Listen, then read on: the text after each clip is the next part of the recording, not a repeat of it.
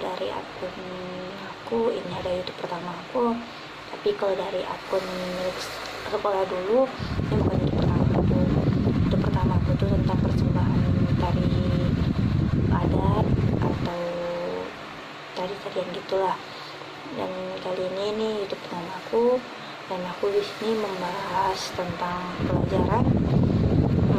Sebenarnya aku bikin YouTube ini yang pertama tuh melatih diri untuk berbicara, dan yang kedua sebagai tugas dosen nyuruh kita, nyuruh aku bikin, ya aku sih dengan teman-teman aku yang lain juga bikin tugasnya tentang mata kuliah yang diajarin dosen ini, atau sebut nama dosen aku tuh Pak Hamler, yang diajar sama Pak Hamler ini. Dan yang kemudian apa aja sih yang aku tahu itu sejauh ini, tapi ini masih langkah pertama untuk perkenalan tentang mata kuliah ini. Berhubungi tentang mata kuliah, jurusan aku hukum, dan mata kuliah yang akan aku bahas tuh masih pengertiannya aja, atau awal mulanya atau pendahuluannya dulu gitu. Untuk mata kuliahnya hukum acara perdata. Mungkin yang bakal aku bahas tuh pengertian tentang hukum, pengertian tentang hukum perdata, dan pengertian tentang hukum acara perdata, dan apa sih beda hukum perdata dan hukum acara perdata itu. Paling cuman sebatas itu aja yang aku bahas. Langsung aja ya. Yang pertama tuh aku bakal bahas pengertian tentang hukum. Dari pemahaman aku, hukum adalah aturan-aturan yang dibuat oleh pihak berwenang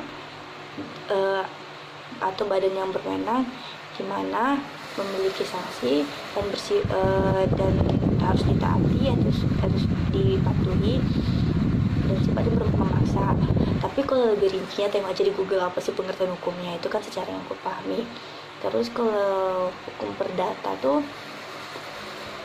hukum yang mengatur tentang hak dan ketentuan tentang hak dan tentang hak dan mengatur hubungan antara individu, atau kata lainnya hukum perdata ini adalah hukum privat, hukum perorangan.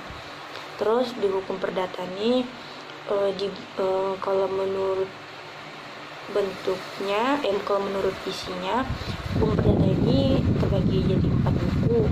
Yang pertama tuh, buku pertama tuh tentang orang, buku kedua tuh tentang benda, buku ketiga tentang perikatan, dan yang buku keempat tuh tentang daluarsa.